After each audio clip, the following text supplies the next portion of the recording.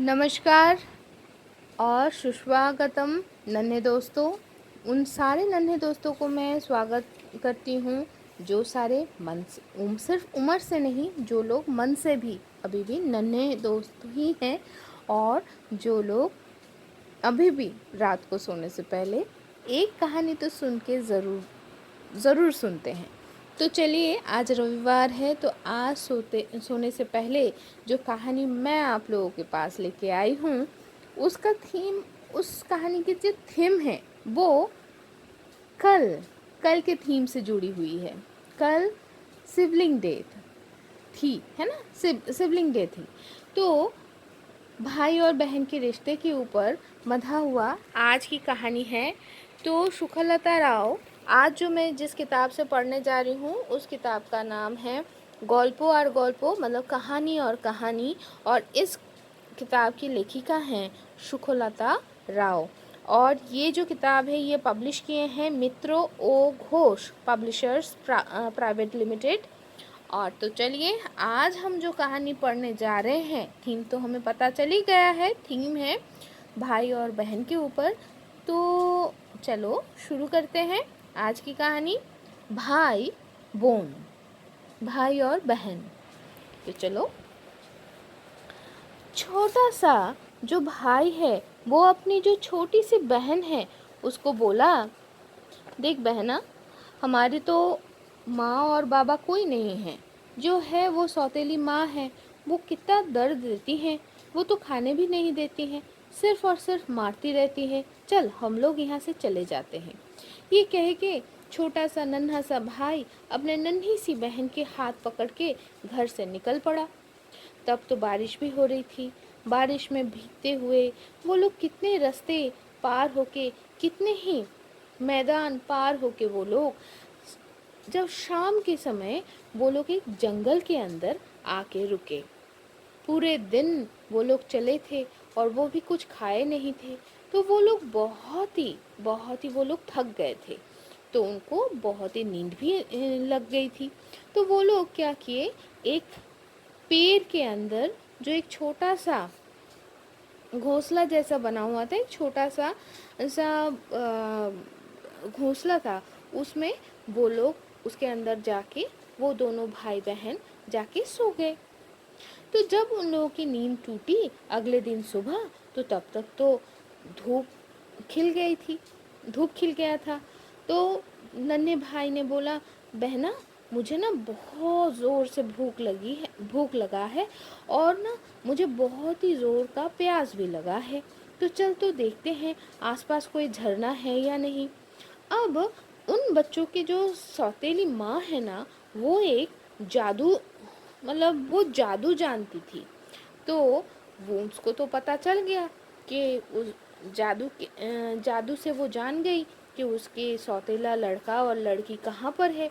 तो उसने क्या किया, छुपते छुपाते जंगल के अंदर आके, जंगल में जितने सारे झरने थे उन सब झरनों के पानी को वो जादू से ऐसा कुछ मंत्र फूंक के चली गई कि कुछ एक जादू उसमें डाल दी उस पानी में।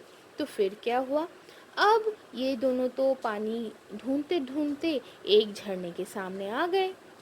लेकिन जहाँ तक वो भाई पानी पीने जाए तो बहना को सुनाई पड़ा कि झरने की जो पानी है वो कुल कुल करके बहते हुए कहने लगा, पीना मत, मेरा पानी जो भी पिएगा वो शेर बन जाएगा।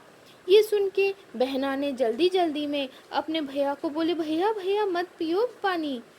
तो तब भैया ने बोला, ठीक है, चल देखते हैं और कोई झरना हम लोगों को मिलता है या नहीं।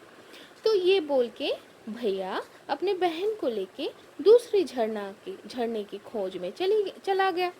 कुछ दूरी पे ही उन लोगों को और एक झरना मिला। लेकिन जहाँ तक भैया फिर से पानी पीने जाए तो वही तभी के तभी वो झरना बोलने लगी, कुल कुल कुल कुल, मत पीना मेरा पानी बिल्कुल, पियोगे तो तुम बकरी बन जाओगे। बहना जहाँ तक ये सुनी, वो जल्दी जल्दी अपने भाई को वो पानी पीने से मना कर दी। लेकिन भाई तो कुछ भी सुनने को राज़ी ही नहीं था। वो कहने लगा, मुझे बहुत ज़ोरों का प्यास लगा है, और इसीलिए वो तो गुस्से में आके बोला, तुम क्या मुझे पानी पीने नहीं देना चाहते हो क्या? मैं तो प्यास से मर मर जाने की हालत में आ गया हूँ। इसके बाद जो भी झरना मिलेगा ना, मैं उसमें से ही मैं पानी पीऊँगा ही पीऊँगा, ठीक है? ठीक है। तो ये बोल के और थोड़ा दूर वो लोग आगे बढ़ गए, और फिर उन लोगों को फिर से एक झरना दिखाई पड़ा। उसमें बहुत सुंदर सा साफ सा पानी बह रहा था। लेकिन वहाँ से भी बहना को सुनाई पड़ा कि उसके जो तरंगे हैं वो कहते हुए जा रही थी, पानी मत पीना, मत पीना, पीते ही हिरन बन जाओगे। तो अब वो फिर से अपने भाई को मना की, लेकिन भाई तो कुछ बात सुनने को ही राजी नहीं था। उसने क्या किया, अपने दोनों हाथों से अंजलि भर के वो अपने जी जान से पानी पी लिया। और जहाँ तक उसने पानी पिया, वो सुंदर से एक छोटा सा हिरन के शावक बोले तो एक हिरन के बच्चे में वो तब्दील हो गया। तो ये देख के बहना तो रोने लगी, लेकिन रोने से फ़ायदा क्या, जो होना था तो वो हो गया।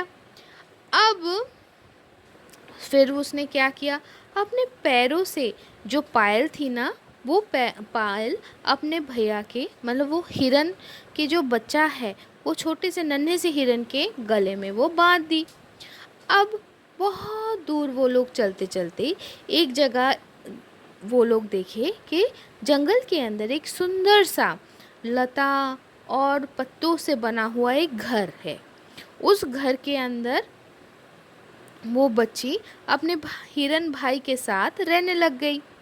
रोज़ वो अपने भाई के लिए नन्हे नन्हे पत्ते लेके नरम नरम बिस्तर बना देती, और अपने हाथों से सुंदर सा घास चुन के अपने भाई को वो खिलाती, और रात को अपने ही भाई के ऊपर सर रख के वो सो जाती।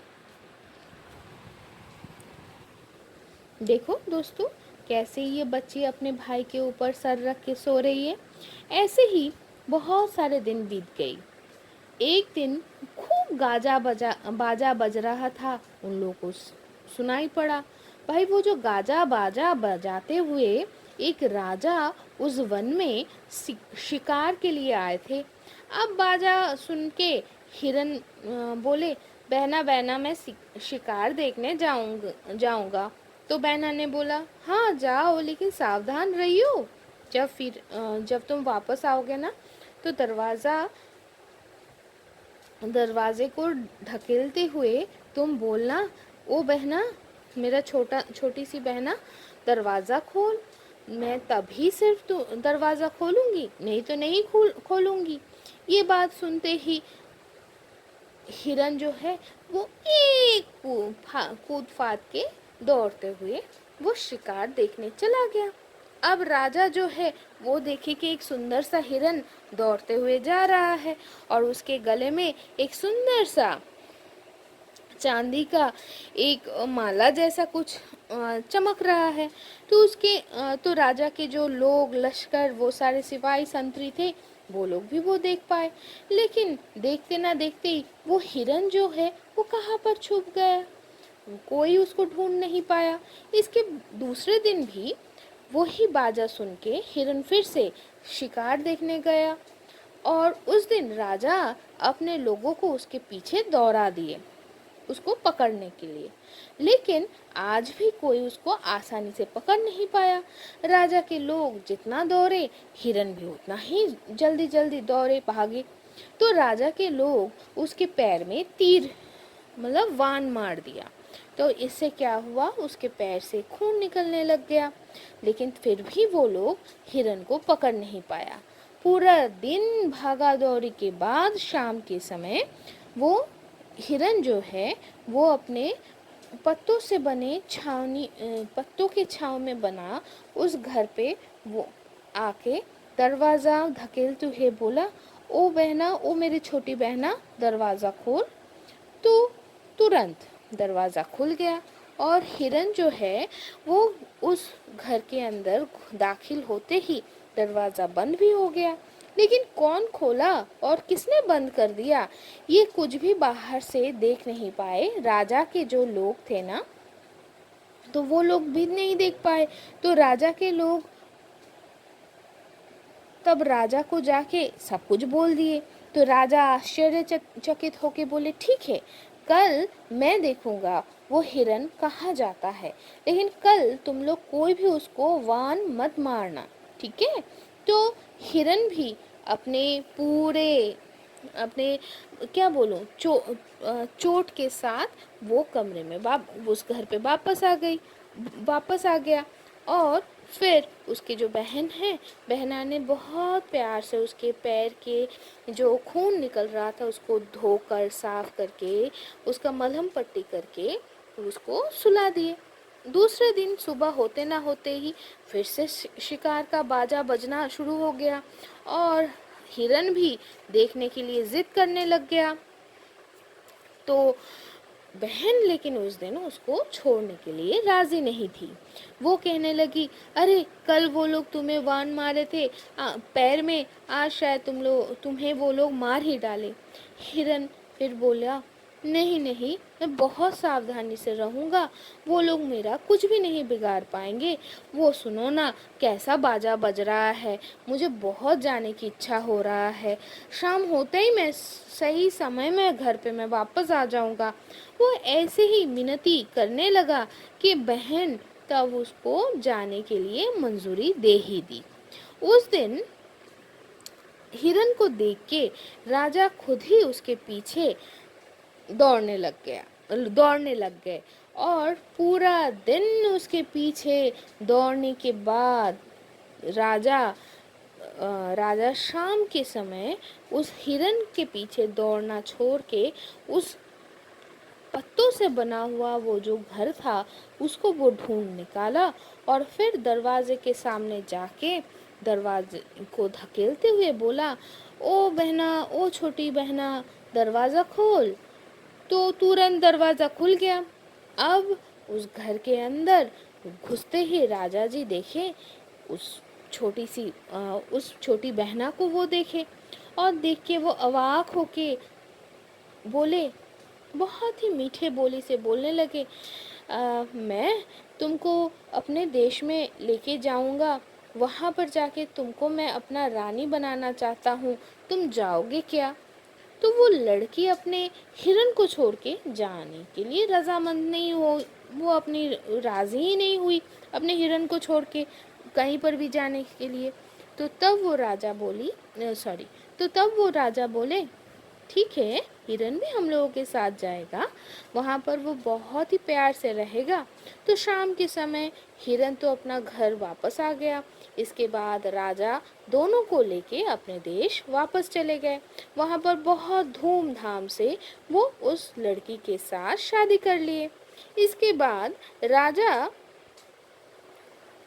अपने घर पे उन दोनों के साथ बहुत ही सुख और शांति से रहने लग गए।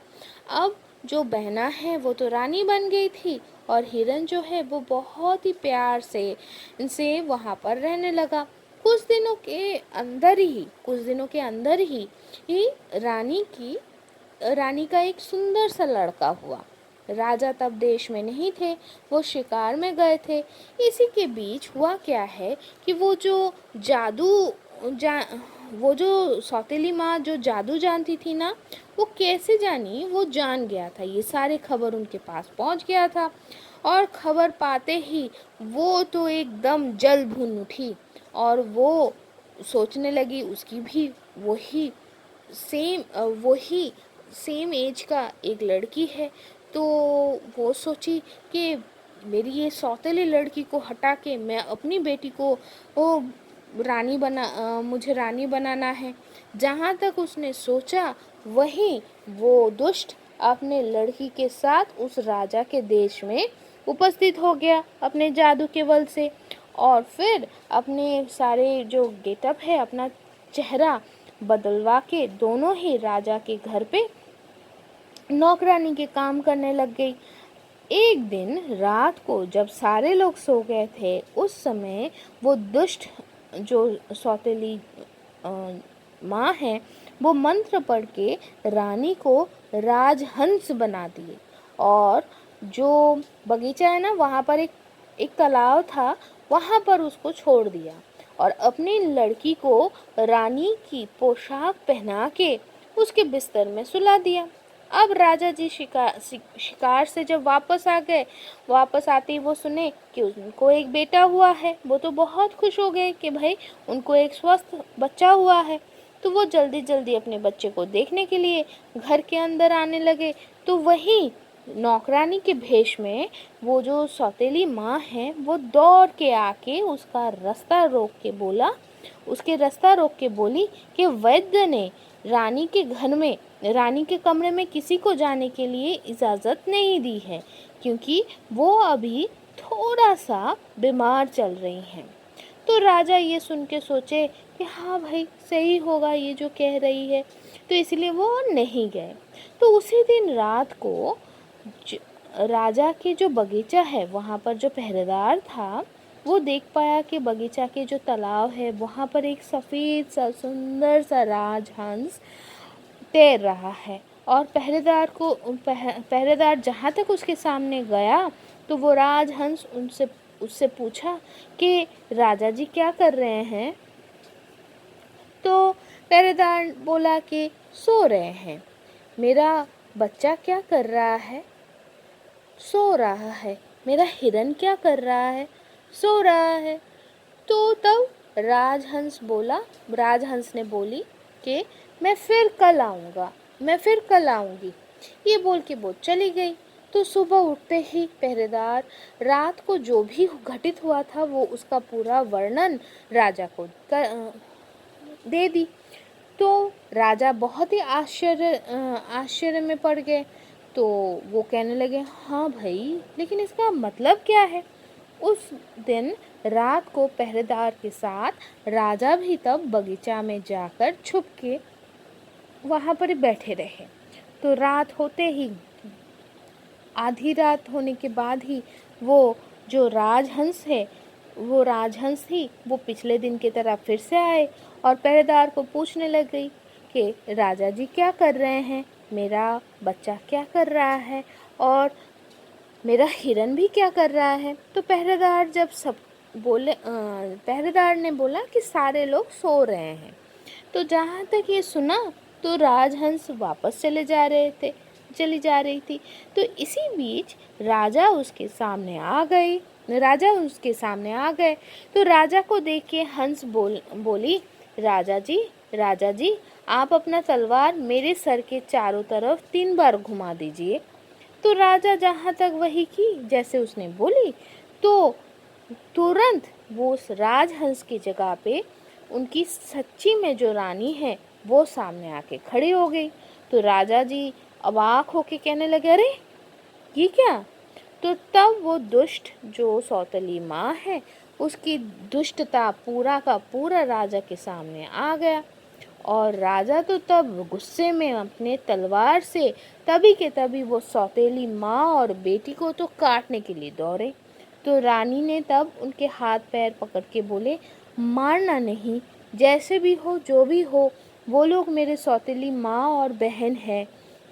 अब आप उनसे ये आग्रह करें कि वो मेरे भाई को फिर से पुनः मनुष्य रूप में प्रकट कर दें। तो तब राजा उस सौतेली माँ को बोले कि इस हिरन को फिर से इंसान बना दो, नहीं तो मैं तुम दोनों को ही काट डालूंगा। तो तब वो डर के मारे सौतेली माँ कैसा एक मंत्र पड़ा कि फिर से वो हिरन रानी की वही भाई बन गया। और फिर सौतेली माँ और उसकी बेटी को उस देश से भगा दिया गया। तो बच्चों, आज की स्टोरी तो यहाँ पर ही ख़त्म होती है, लेकिन इस स्टोरी से हम लोग क्या सीख पाए? ये सीख पाए धैर्य एक बहुत बड़ा गुण होता है। देखो, अगर बहन की बात सुनते तो ना भाई को हिरन बनना पड़ता और ना ही उसके पैर में तीर लगता। और दूसरी तरफ अगर हम बहन के हिसाब से हम अगर इस कहानी को, इस स्टोरी को अगर हम देखें तो हम ये सीख पाते हैं कि जीवन जैसे भी चले, अपना शांति से अपने धैर्य को ना खो के अगर हम आगे बढ़ते जाएं तो हमें सफलता हासिल होती ही है। देखो, इसीलिए जो बच्ची है वो आखिरकार रानी भी बनी, उसकी एक सुंदर सा संतान भी हुआ। और जो भी आपदा है, उस आपदा, जो भी विपद आपदा आए, वो उस बच्ची के मन को एक कोमलता और उसकी जो उदारता है उसको वो परिवर्तित नहीं कर पाया।